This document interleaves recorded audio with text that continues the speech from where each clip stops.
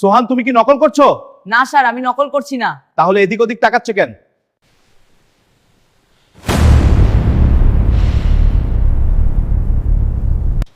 Sir, আমি নকল করিনি, আমার সামনে যে বসে আছে সে নকল করছে।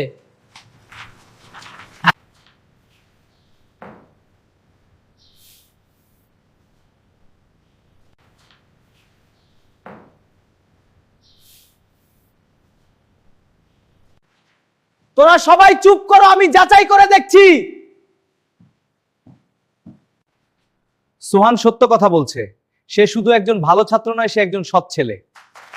সত্য বলা কঠিন, কিন্তু সত্য মানুষকে সম্মান এনে দেয়। সত্যের পথ সহজ নয়, কিন্তু শেষটা সবথেকে সুন্দর।